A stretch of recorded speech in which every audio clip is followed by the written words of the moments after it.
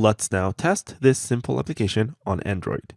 To do so, there is a step that's required once on Android, which is different than iOS, and that step is to create a device emulator. You can also plug in an actual Android device and test on that, and that's actually a much better option if you have an Android device. But if you don't, an emulator is good enough. Also, an emulator allows you to test your application on many different Android devices with many different screens, for example. To create a device emulator, we need to open up Android Studio, and we need to start a new Android Studio project. We can actually open our existing Android Studio project, but I'd recommend against that because sometimes Android Studio updates your project without you realizing it. And we really just need a dummy application to get to the menu where we can launch the Android AVD Manager. So go ahead and just create a default application with all default options.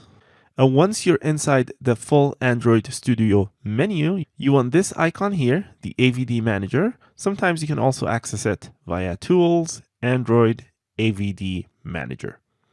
So I have one virtual device pre-configured, which is running on Android 8.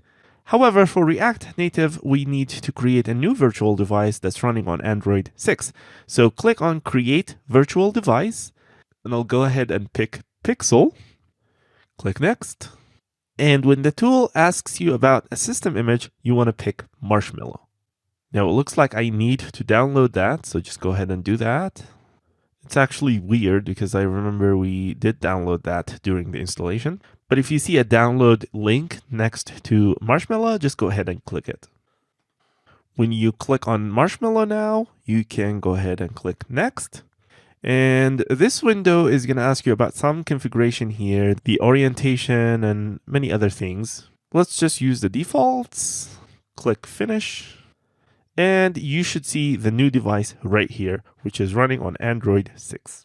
Go ahead and launch this virtual device by clicking on this play icon here.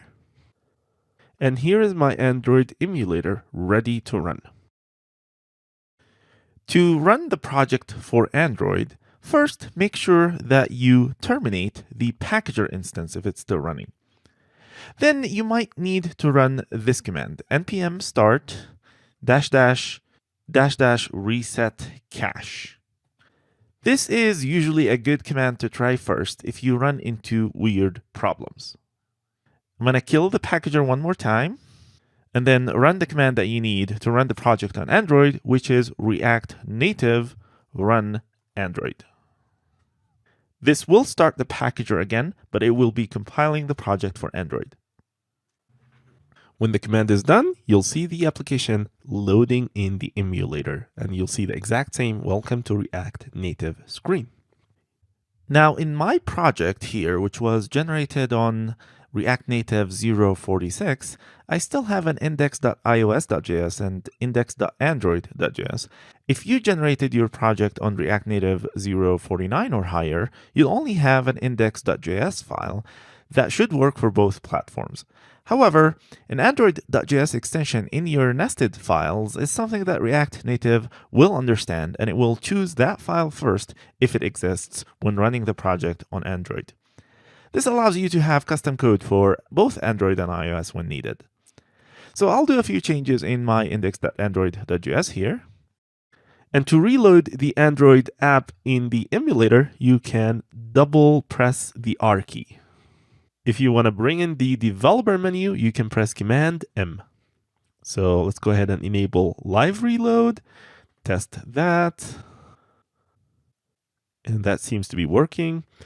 If the application crashed, you can restart the command, or you can find it in the menu.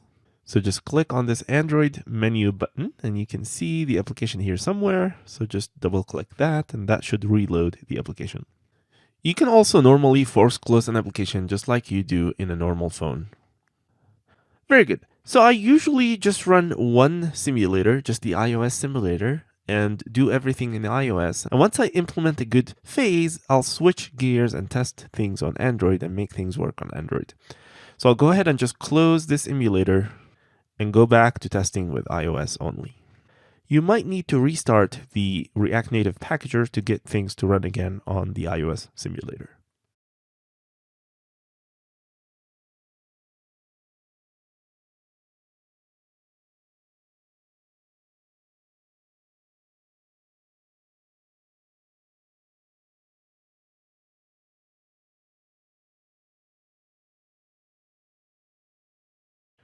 In the next video, we'll get a very basic introduction on using styles with React Native components.